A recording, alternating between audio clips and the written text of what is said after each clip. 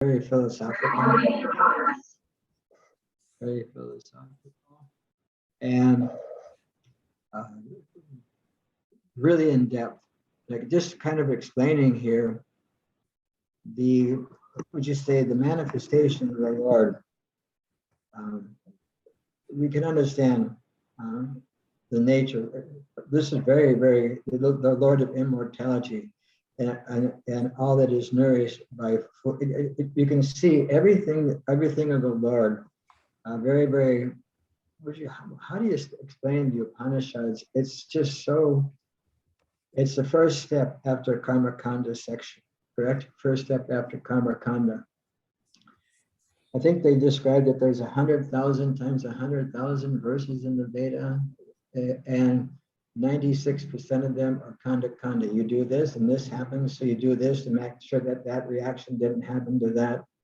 And it goes back and forth until you try to find yourself in a non-reactionary way. Karma Kanda is kind of like, it's called Priyashita, or atonement. Just like in the Catholic Church, if you commit a sin, you throughout the week, then you go to the confessional and you confess to the priest that you did A, B, C, D, and the priest will say you chant so many Our Fathers and so many Hail Marys, and every religion has different prescriptions for this. And so this is the Karma Kanda section of the Vedas, where if someone does something like that, to counteract that, they have to do some other activity. But we'll never, the intricacies, in the fourth chapter, we learned that the intricacies of action are very difficult to understand. And so we'll really never understand each and every one of our activities to come out of them. There's a famous story of a king. His name was Mriga. And King Mriga, he had thousands and thousands of cows. And in Vedic culture, in ancient Vedic culture, it was considered pious to give cows to the Brahmins in charity. And so he gave these cows to a Brahmin one time, and by chance, one of the cows re-entered his land. And by mistake, he gave that cow again to another Brahmin. Now, Brahmins are supposed to be equal-minded, but sometimes they tend, one who is situated in a position of authority, sometimes they tend to become a little proud. And so both Brahmins claimed ownership to the cow, and the king got to the point, I'll give you 10,000 cows if you'll just give this cow to the other Brahmin. But they were so stubborn because of they became so stubborn that they wouldn't, what would you say, what's the word? They wouldn't accept. They just, it's my cow. And both of them claimed the cow. So what so happened is that because of that mistake of giving charity, a cow in charity twice, the king was not able to atone for that. And in his next life, he had to take birth as a lizard. But the nice thing about taking birth as a lizard is that Krishna and the cowherd boys were out playing one day and they found a well. And as young boys do, they were making funny sounds or saying funny things into the well and listening to it echo. And they found the lizard in there. And Krishna extended his hand and rescued the lizard. And immediately upon the touch of Krishna, the lizard had regained its original form as Kriniga and was able to achieve liberation in that lifetime, because he had accumulated so much. It can't even say pious credits, it's spiritual credits due to his devotional service. So we don't want to try to just do this priyasita or atonement. We actually want to perform those activities which have permanent benefit, which are the devotional activities. And then the other side of this Upanishad thing is to letting us understand that this body is the gifts of this body and the power the power to speak, the power to see, the power to hear, the power to think. All these different things are given to us by the Lord. And just like last night I gave class in Nashville, or that right south of Nashville, and I literally just read a class that I heard. Prabhupada's lectures are transcribed on our folio, on our database. And Prabhupada was explaining that we reside within this body. We're the occupier, but we're not the proprietor. We're like a renter. We're allowed to stay here, and we have a certain duration. But when the proprietor says we have to exit or leave the premises, we must leave. And so we're not even actually the owners of this body. Krishna is the owner of the body. And all the abilities that we have, as being described here, is to speak, to hear, to see, all these things are coming from the Supreme Lord. And so this is to let us know that we are the Krishna is the predominator and we're the predominated. In other words, we're meant to submit to the service of the Lord through this process of devotional service. But the Upanishads, I forgot to let you know that after the Karma Kanda section, it's the Upanishads that come in. And they begin to tell the attributes of the Supreme Lord. So any takeaways from this? This is it's basically just a translation to the verse. So any questions or any comments on this section? Thank you so much. Somebody else is saying, they can go first. I think Pushpanjali, you're up. Okay, Maharaj. So this point about the story of King Rekha. So because he was... There's a motorcycle going by my window and I can't hear.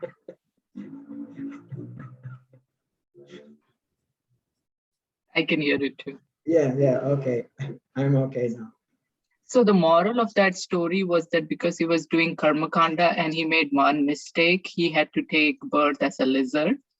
But even in devotional service, especially with DT services, sometimes I get very scared. Like, we could make so many offenses while, serving DTs, even Gaur-Nitai, because sometimes we are not aware or, our standards are not that high.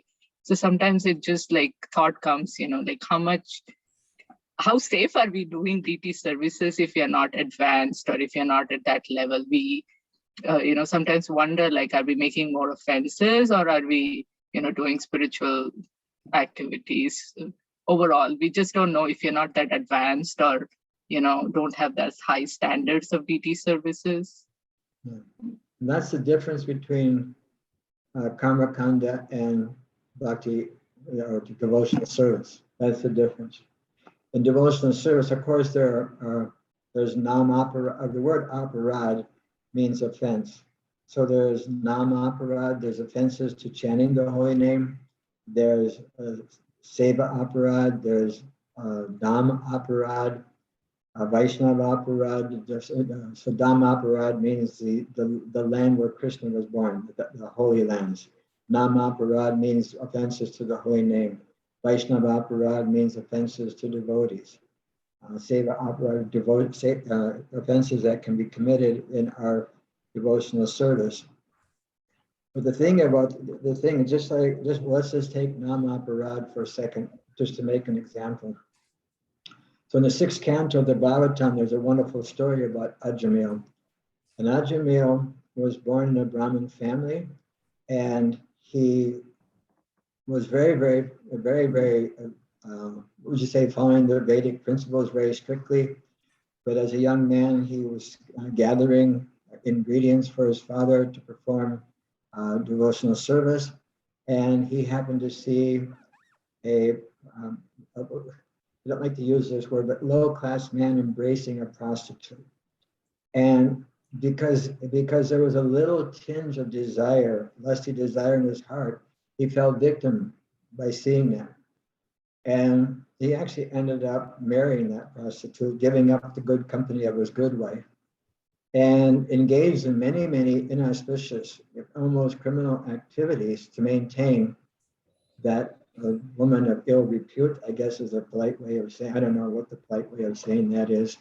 But, and to the point where he had many children, and even in his 70s or 80s, he was still having children. And he had one, the last child he named Orion. And at the time of death, he was crying out for his son, Narayan, but because he chanted the holy name without making an offense to the holy name, although he wasn't thinking of Narayan, he was thinking of his son, but the utterance was without offense. He got another chance.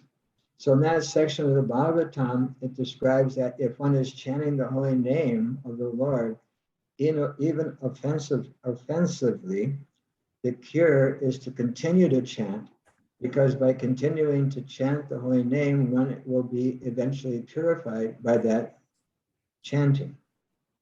And that's true, just like if we don't stop going to the Holy Land because we're going to make offense.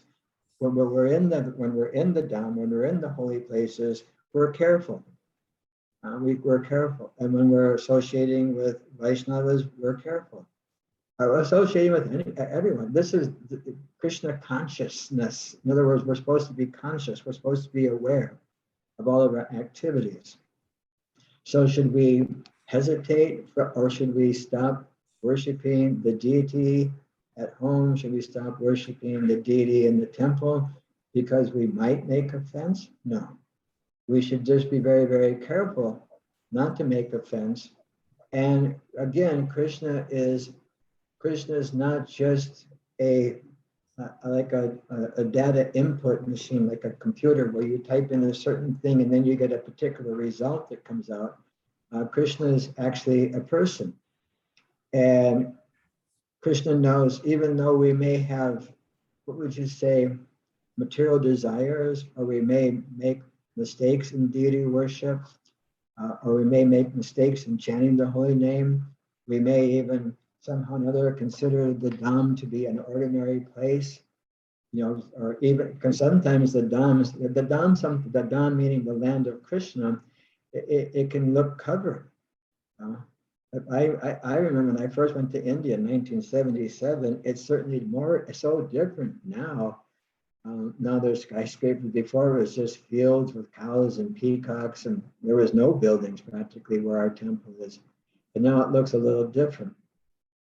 And so when I was there with Borjan Prabhu, and he was saying, when you're in Vrindavan, you have to actually look for Vrindavan. You can't look externally. And in the same way, we can't look externally at the deity. We have to look internally. The same thing with our service to the Vaishnavas. We have to look internally, not just externally.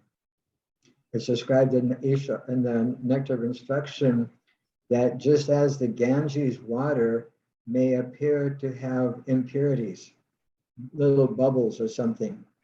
Actually, bubbles are a sign of impurity of water, and that's another whole pastime of Indra. But if one considers the Ganges to be impure, that's an offense to the Ganges.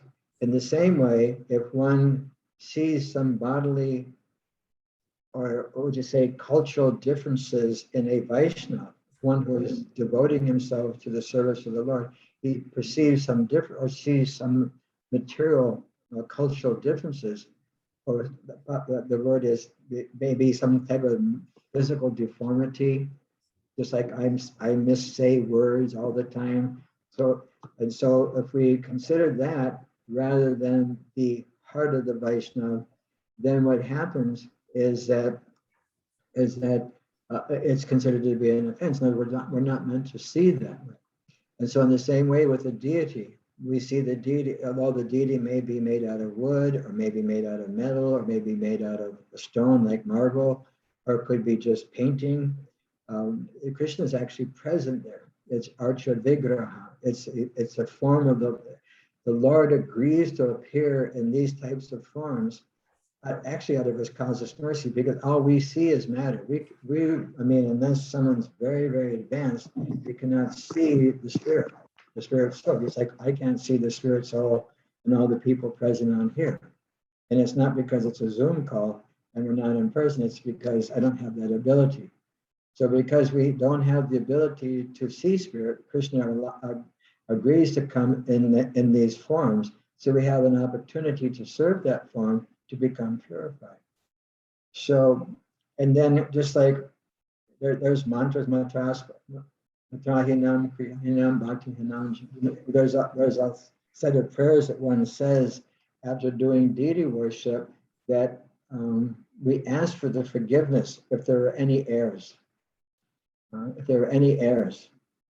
In the same way, when we chant the holy name, we chant the Panchatattva mantra first, because the Panchatattva mantra allows us not to commit offenses as we chant the holy name. There's a whole thing like that, but we don't give these things up out of fear. We utilize deity worship, we utilize visiting the holy places, we utilize Vaishnava association, but we are very, very careful. And Krishna's a person. He knows we're going to make a lot of boo-boos. Thank you, Maharaj. Anything else for this verse? Hare Krishna, Maharaj. Hare Krishna. Maharaj, I like the way Prabhupada ended the purport over here. Prabhupada says that, he says, but like he starts with, in the body of a living being, neither the power to speak, nor the power to see, nor the power to hear, nor the power to think is a primary factor. It is life which is in the center of all activities. Life air, yeah. Yeah. And then Prabhupada continues and he says that Lord Sri Krishna is the primary entity in everything, is the prime entity in everything. In this body, there are powers of speaking, of seeing, of hearing, of mental activities, but these are not important if not related to Supreme Lord. And because Vasudeva is all pervading and everything is Vasudeva, the devotee surrenders in full knowledge. So, like Prabhupada was emphasizing in that no matter however intelligent you are, however beautiful you are, however, a very elevated person you might be, but if it's not diverted towards Krishna, it's not surrendered towards Krishna, then it's useless. Yeah. They're probably get the example in the beginning of ISKCON. They said, you may have some intelligence, that's zero bodily features, zero, all these things on the material level, they're just zeros. But Krishna is the one. So if you have this much intelligence, with Krishna there, it becomes 10. And if you have some, whatever abilities we have, knowledge, whatever capabilities, whatever attributes we have, they become 10, they become 100, they become 1,000, they become 10,000, become 100,000. And that allows one to do that devotional service. In other words, without it, again, it's that thing where you're just sifting the husks. You're sifting the husks because anything that we do on the material level is going to be taken away. But anything done in devotional service, one of the first things that Krishna says about karma yoga or dovetailing our activities in the service of Krishna is nehabhi karmanastasi patyavaya navijite, that in the endeavor of dovetailing our activities in the service of the Lord, there's no loss or diminution. And a little advancement on the spiritual path can protect one from the most dangerous types of fear. And one of the places Prabhupada describes this dangerous type of fear is not being able to have a human facility to engage in the devotional service of hearing and chanting, etc., to the Lord. And so this is true. Krishna, and it's like when one is in full knowledge, the devotee surrenders in full knowledge. I've quoted this verse many times. I think it's practically the last verse in the 15th chapter. Yomam eva masanmudo gyanati purushottamam, that one who understands Krishna to be the Supreme Lord without a doubt, that person is considered to be the knower of everything. And as a knower of everything, that person gives up all other activities save and except for the devotional service to the Lord. But that does not mean that one has to give up his duty. His duty, just like Arjuna wasn't told by Krishna, yeah, go to the forest and just meditate. No, he was told, you are by nature, your physical nature is Kshatriya, you have to do that. You have to perform your activities. One of my friends, he's since passed away, but Brahmananda Prabhu, he was one of the first devotees. And he went to Prabhupada and he said he had just gotten his certificate to teach, and he signed up to teach in the what was, I guess the word is ghetto schools of New York, or the underprivileged areas, and you have to undergo some special training to work in that area. And he went to Prabhupada and he said that he just got the certificate in this and that, and he said, but I just want to be your student. And Prabhupada said, you can be my student and you can be the teacher, and you can give the fruits of your work to help our society. In other words, your earnings, you can utilize them to publish books, to provide foodstuffs for our prasadam distribution. You can do it for maintaining Vaishnava. You somehow know that you utilize it. And then this was right in the very beginning, like 1966, and Prabhupada said, how much will you make? They were kind of like joking.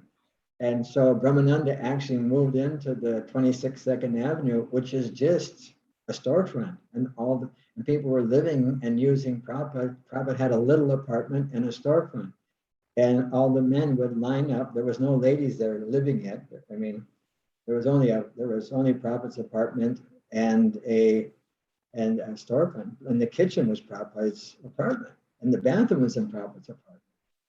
And the devotees would wake up and the Prabhupada would stand in line to use the bathroom. He never told him, I'm your guru, get out of the, let me go. Prabhupada never did that. He just stood in line, waited his turn. And so this is the idea that when we understand Krishna in full knowledge, what a wonderful entity. Some more takeaways, if anybody has some more. Rajbhumi Mataji.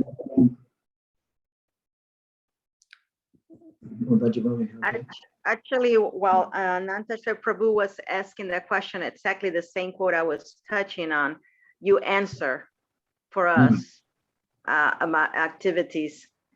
So you actually answer that question. Okay.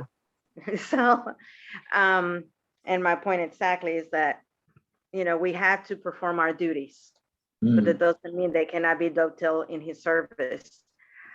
But I did have a question to Mataji earlier during deity worship. If you can clarify this for me.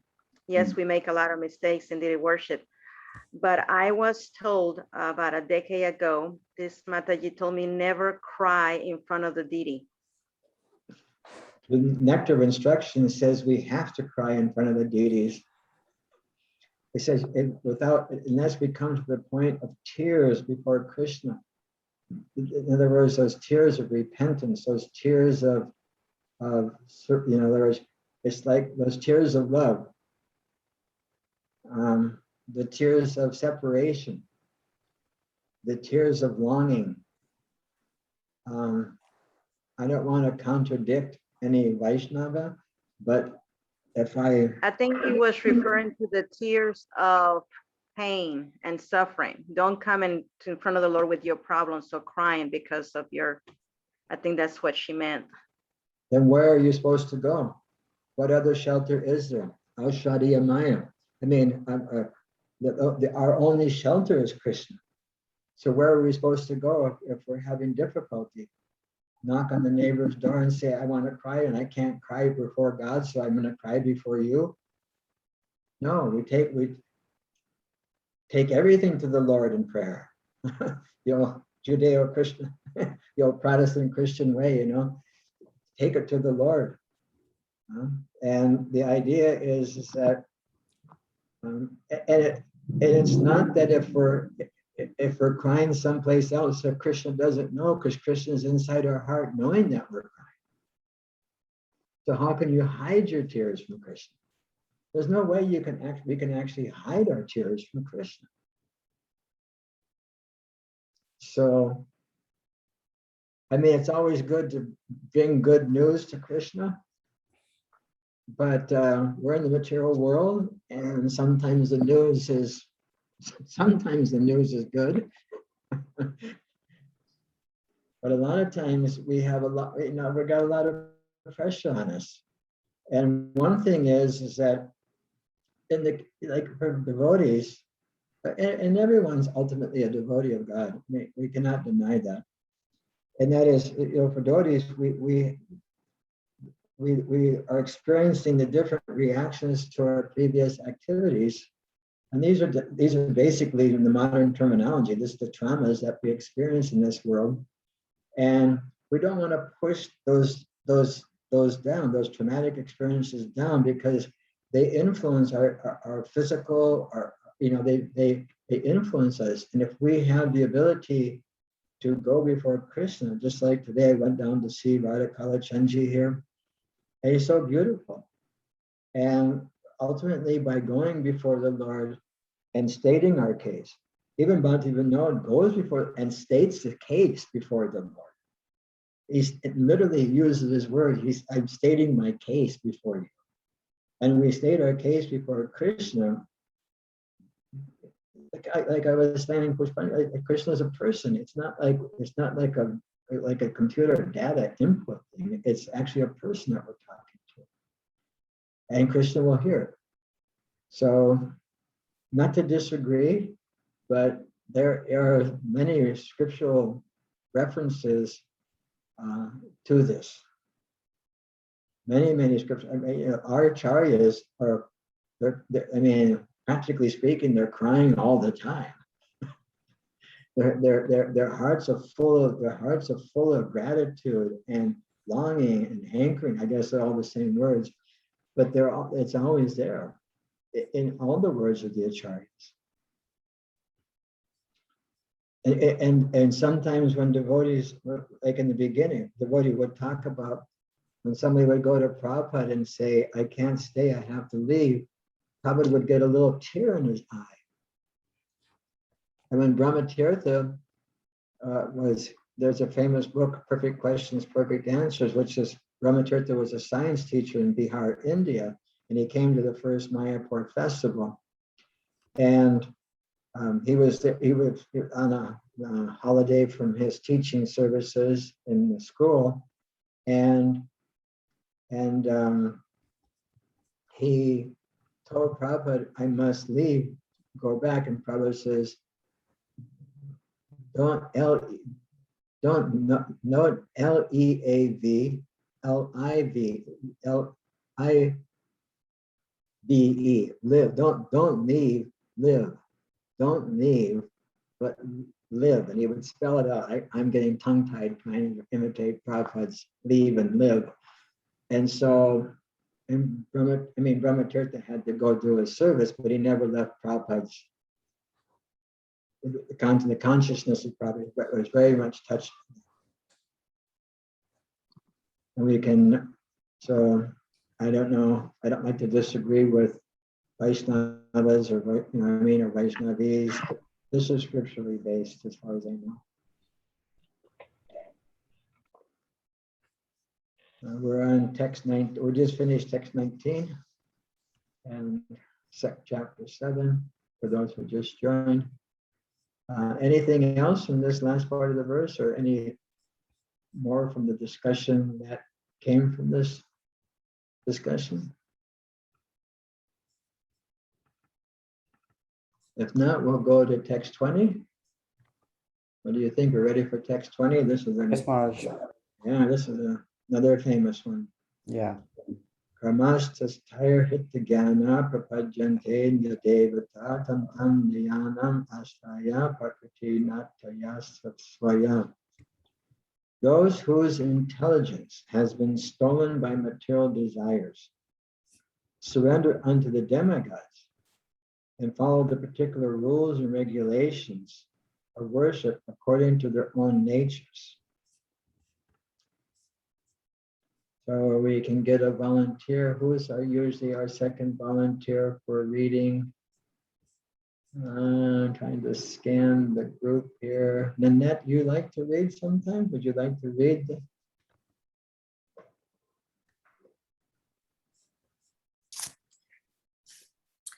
Those who are freed from all material contaminations surrender unto the Supreme Lord and engage in his devotional service.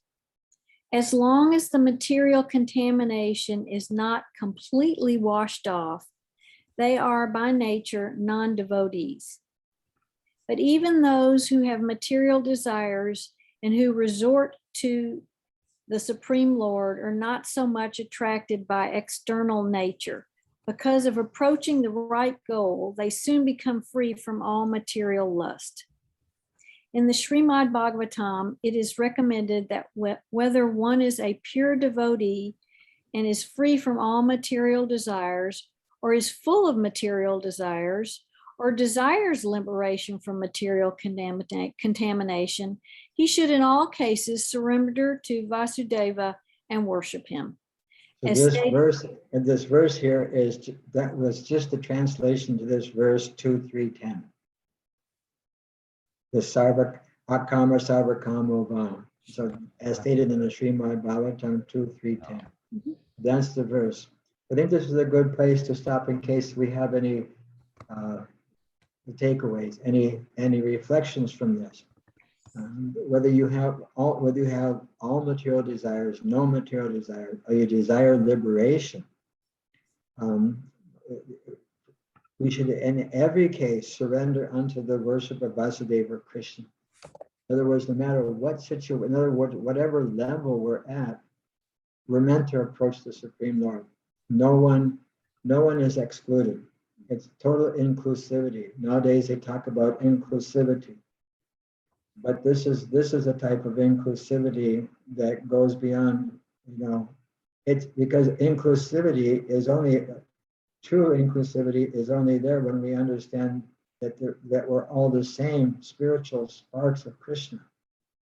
And we all may have different relationships with Krishna, but we're all eternally, Maimaivam so Jiva Loka Jiva Bhuta Sanatana, we're all eternal parts and parcels of Krishna. And we have an eternal relationship with Krishna. The external covering may be different.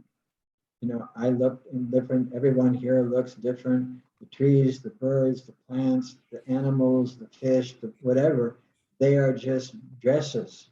They are just the garments that we're wearing at a particular time. But behind that physical form is an eternal part and parcel of Krishna.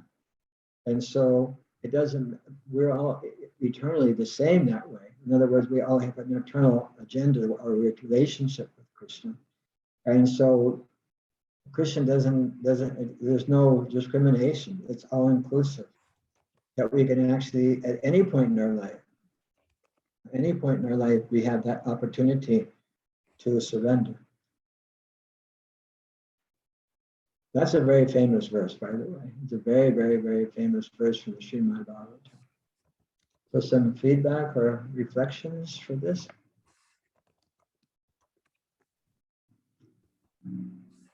If not, we can finish the purport. Yes, Maharaj, you can finish the book. Okay.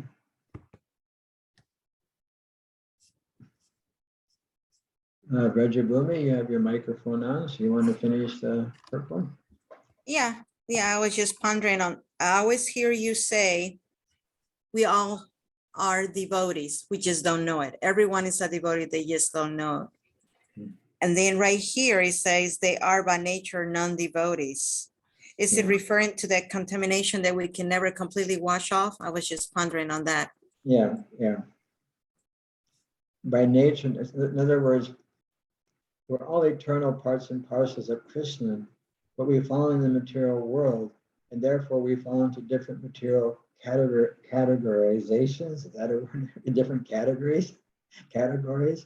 And so if we're an eternal part and parcel of Krishna in the material world, then we're considered to be non-engaged in the devotional service of the Lord or being a non-devotee of the Lord. A devotee of the Lord is always engaged in the devotional service of the Lord. And if we're not engaged in the devotional service of the Lord, then we would be considered non-devotee or non-engaged, would be maybe like a clearer way to state it. Does that help? Perfect. Yeah. Okay, so as stated in the Bhagavatam 2.310, Akadma sarva kadmo va moksha kadma udaradi tuvrena bhakti yogena jayata purusham param. Less intelligent people who have lost their spiritual sense take shelter of the demigods for immediate fulfillment of material desires. Generally, such people do not go to the Supreme Personality of Godhead because they are in the lower modes of nature, ignorance and passion, and therefore worship various demigods. Following the rules and regulations of worship, they are satisfied. The worshippers of demigods are motivated by small desires and do not know how to reach the supreme goal, but a devotee of the Supreme Lord is not misguided. Because in Vedic literature, there are recommendations for worshiping different gods for different purposes. For example, a deceased man is recommended to worship the sun. Those who are not devotees of the Lord think that for certain purposes, demigods are better than the Supreme Lord. But a pure devotee knows that the Supreme Lord Krishna is the master of all. In the Chaitanya Charitamrita, Adi Lilia 5.142, it is say, Ekale Ishwara Krishna Arasadva Bhriktya. Only the Supreme Personality of Godhead, Krishna, is master, and all others are servants. Therefore, a pure devotee never goes to the demigods for satisfaction of these material needs. He depends on the Supreme Lord, and the pure devotee is satisfied with whatever he gives. Ooh, that's tough. Yes. So Hard this to is, be satisfied. yeah. We're forced. We don't have a choice. We can be dissatisfied, or we can be satisfied. We're going to get what we're going to get anyway. But just to clarify, you know, a lot of new people here. And so the idea of demigods, they are living entities just like you, like all of us here, but they have a different position in the world. They're individual souls. They don't just have a demigod body. And demigod body means like some like are agents of the Supreme Lord. And probably gives the example, just like there's somebody in charge of the water department in Dallas, Texas. There's someone in charge of the electric department. There's someone in charge of the sanitation and the sewage department, etc. And so even in a little place like Dallas, Texas, or Houston, or Hong Kong, or Kowloon, or I'm just trying to see where everybody is from here. Wherever we're from, there's somebody in charge of those things. But on the universal scale, we think there's nobody in charge of those things. The sun is coming up at a specific time every day that's predictable. Some things are more predictable than others. There's rain, there's sunlight, there's everything is coming. There is a personality behind that who is being directed by Krishna, or being directed through the material agency. The material energy is directed by Krishna. It's set into motion by Krishna, and it's under the control of Krishna. And so these people are like it's like Indra is in charge of the rain, and this person, fire and wind, and different people like this. There's so many different demigods. There are 33 million different demigods in charge of all the different departments. And so it's described here that some people go to the demigods to get benefit. So it's very easy to get that. It's just like here, it's easy. You put a down payment and you can get electricity turned on in your house. It happens very, very quickly. The same way you do some offering to one of the demigods, and the demigods will supply whatever quickly, whatever you like. But pure devotional service to attain pure bhakti is very rarely achieved, because if one who is allowed to enter into pure devotional service, that pure bhakti is the currency by which Krishna is purchased. And Krishna doesn't allow himself to be purchased cheaply. It has to really, really, really be earned. And so those who are less intelligent, they don't see anything beyond the demigod because, as Prabhupada says here, they're influenced by the modes of passion and ignorance, and they don't have true understanding. Although later on it says that people who are in the mode of goodness worship the demigods, and those who are in the mode of passion worship the people here, and people who are in mode of ignorance worship the ghosts and spirits and stuff like that. But the idea is that there is something beyond the demigods.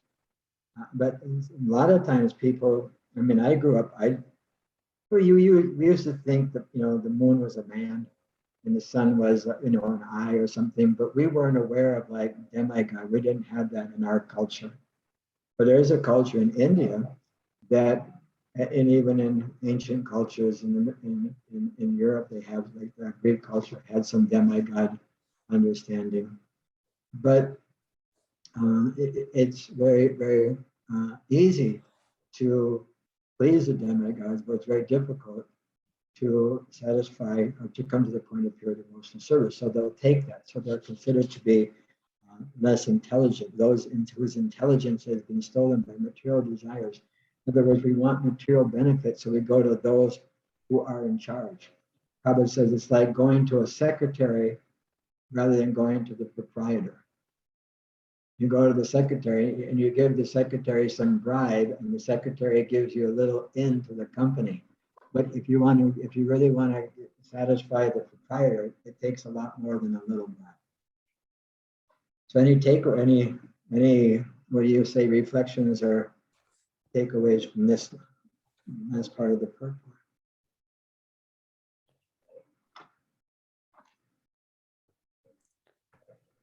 Maharaj, Go ahead.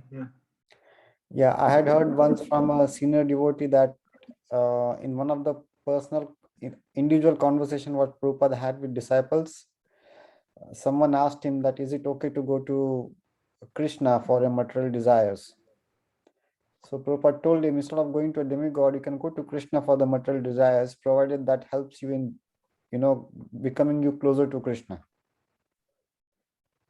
So I was just thinking about the earlier. Say that again. He said that.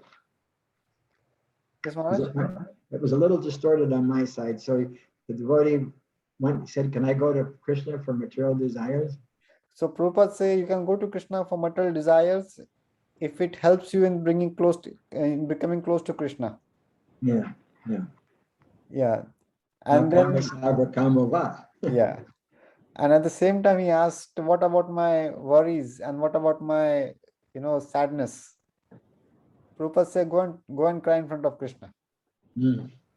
I was just trying to bring to the point what Rajvi Mata was telling in the previous verse. Yeah.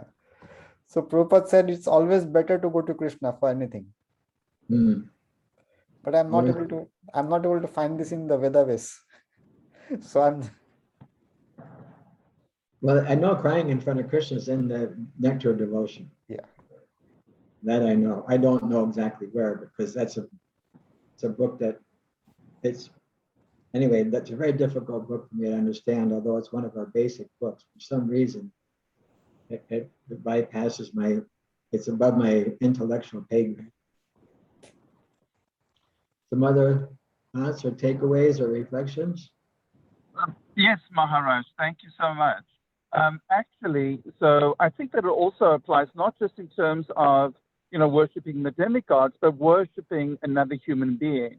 And so in the Jewish context, I can say that there's a midrash whereby Pharaoh goes and puts coals and he puts gold in front of Moses when he's a baby.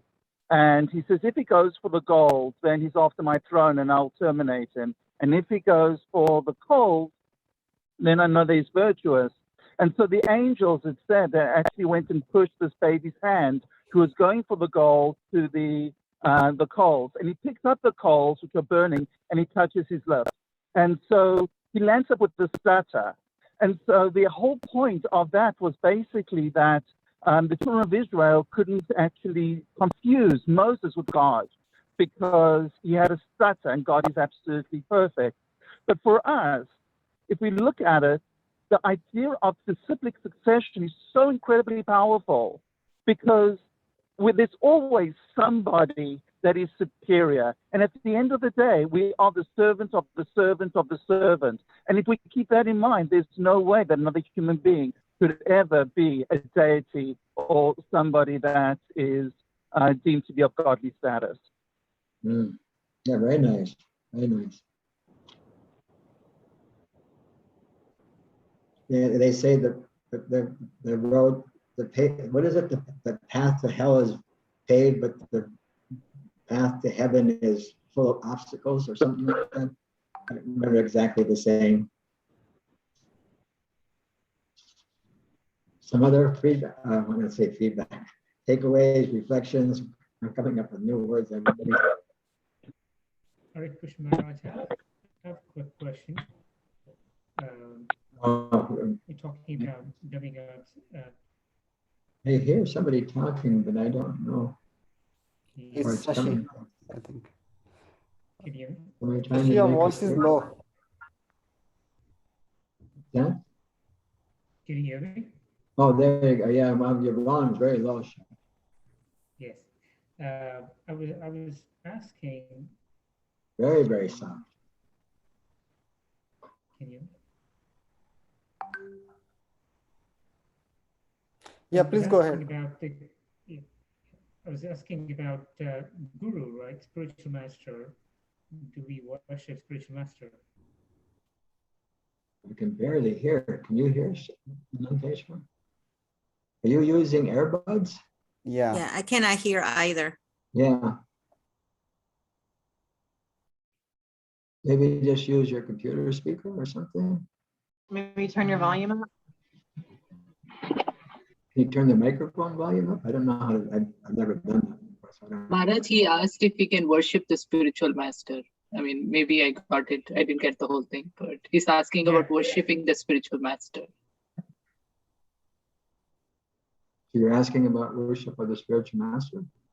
Yeah, because we do a lot of guru pujas, right?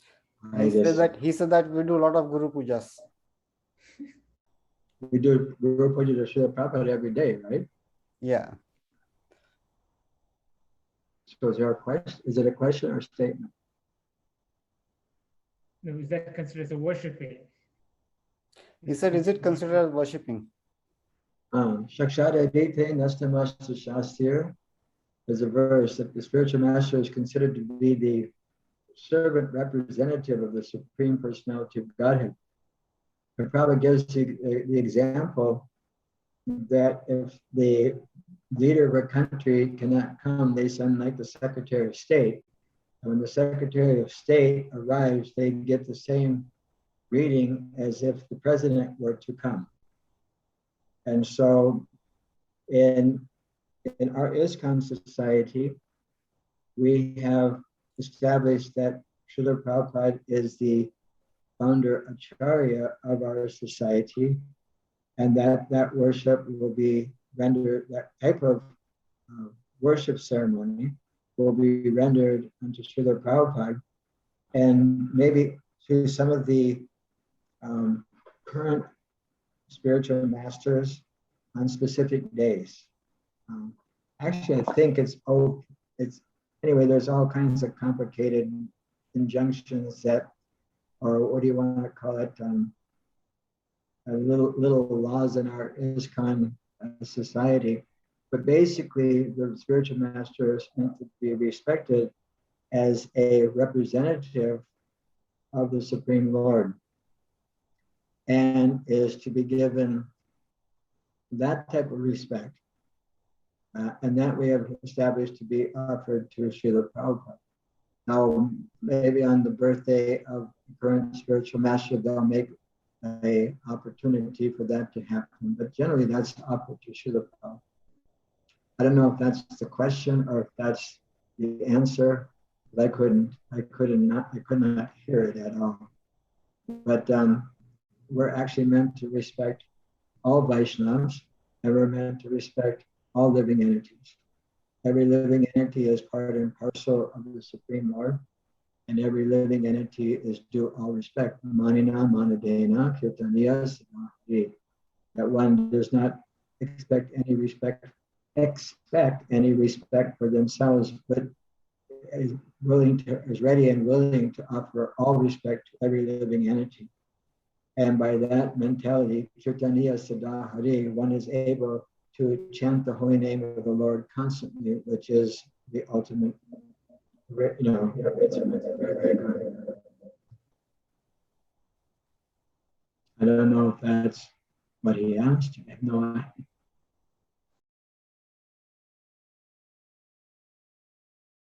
I would like to add something to that, that in what we just read, when you when someone goes and worships a demigod, they are asking for something. They want something in return. Yes. When we worship our Guru Maharaj, we don't ask anything in return except to serve him. We want to give. So I don't know that also, because from what you were saying, from what I understood, it's a different type of worship because we just want to serve. We're not asking anything in return. Same with Krishna. Of course, we can go to Krishna from even our material desires, but spiritually, it's okay. But I couldn't hear the question. I'm sorry if I didn't answer the question correctly, if I didn't hear it correctly, or whatever I said was what I know about certain aspects.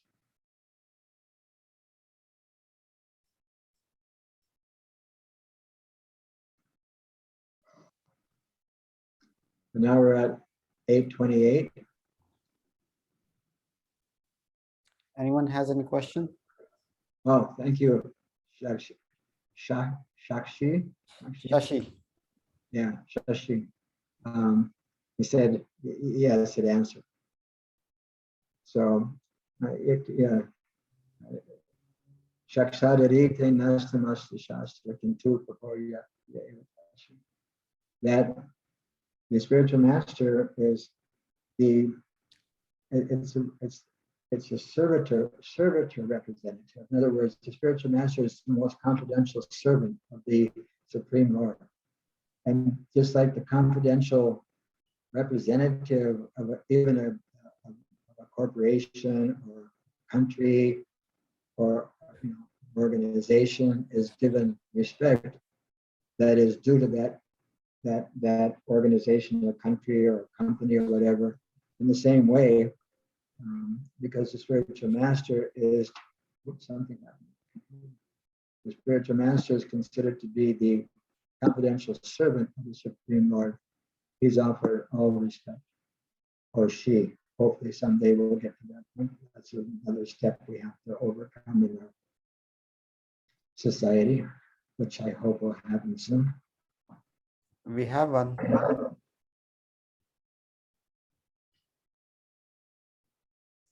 What's that?